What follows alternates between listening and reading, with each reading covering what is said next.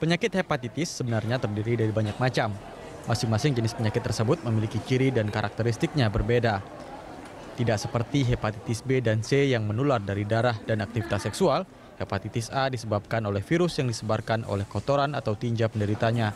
Namun dibandingkan hepatitis B dan C, penyakit hepatitis A tergolong sebagai penyakit yang lebih ringan. Virus penyebab hepatitis A biasanya menyebar melalui mulut dan anus. Virus hepatitis yang terdapat dalam tinja penderita bisa berpindah jika penderita makan dengan tangan kotor setelah buang hajat.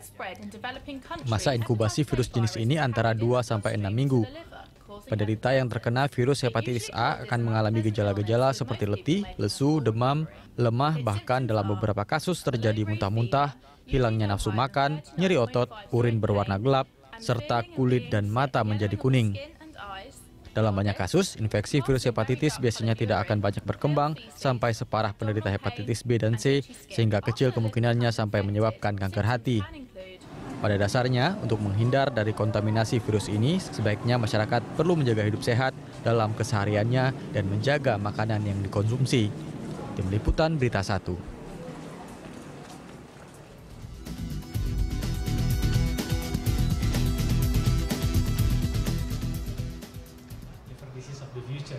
Ya, Anda kembali bersama kami di Livestock, masih melanjutkan perbincangan.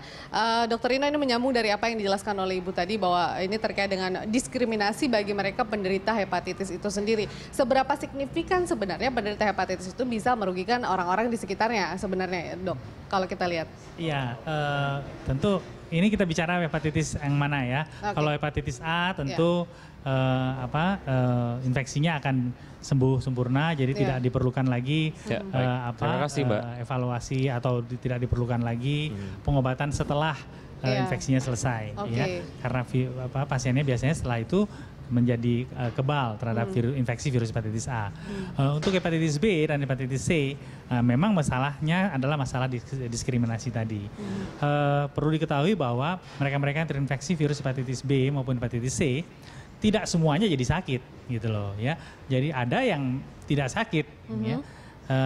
Dan karena semuanya atau kebanyakan dari mereka ini memang tidak bergejala, baik yang sakit maupun tidak sakit, tidak bergejala apa-apa, maka diperlukanlah pemeriksaan oleh dokter untuk menentukan apakah mereka ini perlu diterapi oleh karena sakit atau tidak perlu diterapi.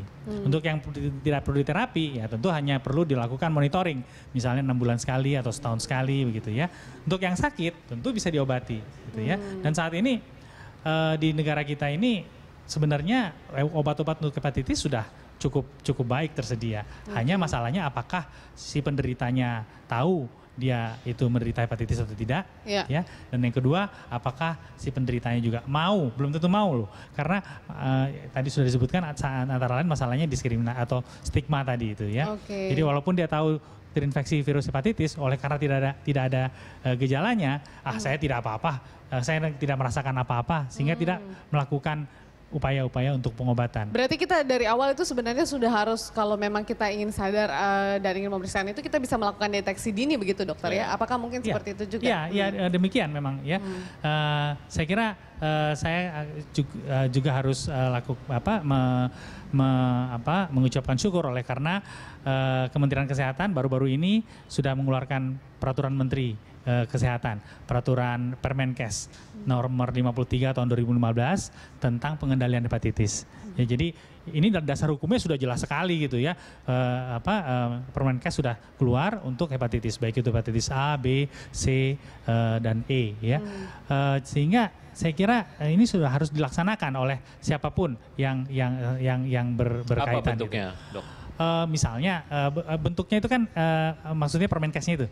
Permenkes itu dalam bentuk dokumen kan. Dalam bentuk artinya dokumen. Secara peraturan itu yang memang secara mandatori dilakukan oleh perusahaan kah untuk karyawannya gitu. Tentu yang dicantumkan di situ adalah jajaran di bawah Kementerian Kesehatan, di mana harus dilakukan berbagai upaya-upaya ya untuk pencegahan, untuk promosi, untuk kemudian juga pengobatan gitu ya. Bagaimana pasien itu harus dirujuk kalau memang ada terapi dan bagaimana cara melakukan terapinya itu sudah ada dalam Permenkes tersebut. Ya. Ditambah lagi juga dalam oleh kami dari Perhimpunan Peneliti Hati Indonesia, kita membuat satu konsensus untuk masyarakat kedokteran. Untuk masyarakat kedokteran kita membuat konsensus bagaimana cara melakukan terapi untuk untuk hepatitis ini. Sehingga modalnya ini cukup nih ya, tinggal bagaimana masyarakat bisa memanfaatkan ini. Dan saya kira ini tidak hanya diperlukan Kementerian Kesehatan saja, tapi seluruh aspek ya, seluruh sektor barangkali ya, untuk dapat mendukung sehingga hepatitis ini bisa makin lama makin kecil. Oke, mungkin satu pertanyaan dari Ibu Rita adalah dari peraturan Menteri tadi, aksesibilitas terhadap obatnya sendiri. Obatnya mudah didapat tapi murah atau enggak gitu ya? Enggak, iya itu juga. Terus juga apakah Permenkes tadi itu juga mengatur penderita hubungannya ke kerja, ke entah BUMN, karena kan kadang sekarang banyak juga nih mereka yang ditolak ketika terima kerja, penerimaan kerja, atau bahkan juga karena hepatitis. Karena hepatitis. Gitu. Gimana tuh? Ya, ini memang betul sekali yang disebutkan Ibu Rita tadi, diskriminasi atau stigma ya, sehingga mereka-mereka yang misalnya hepatitis B positif ya, belum sudah ditolak ya, belum sudah tidak naik pangkat ya, banyak begitu ya. Bahkan ada yang pesta kawinnya batal oleh karena hepatitis B.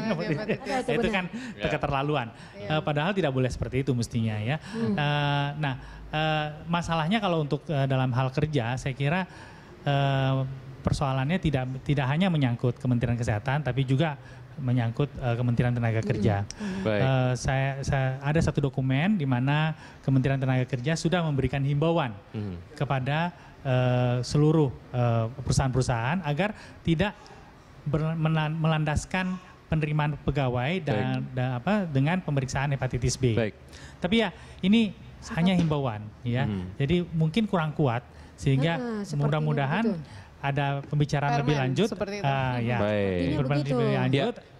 dari Kementerian Kesehatan dan juga Kementerian Tenaga Kerja untuk merumuskan ini sehingga akhirnya pemeriksaan yang akan menghambat mereka-mereka yang hepatitis tadi untuk bisa bekerja dengan benar, karena nggak semuanya sakit loh. Tadi kan sudah sebutkan ya. Baik. Oke, kita akan menuju ke pemirsa yang sudah menghubungi kita di line telepon. Ada Ibu Ana di Pondok Gede. Selamat siang Ibu Ana. Gini Pak, saya mau tanya ya. Itu tetangga saya itu dia memang kerjanya pengamen ya Pak ya. Pengamen. Terus saya dengar dari adiknya dia suka minum itu Pak. Suka minum. Terus sekarang dia tuh sakit, demam, terus dia mual. Terus perutnya agak keras, apa itu bisa dibilang hepatitis, Pak? Oke. Dan Ibu mau menanyakan apakah itu adalah gejala hepatitis atau bukan?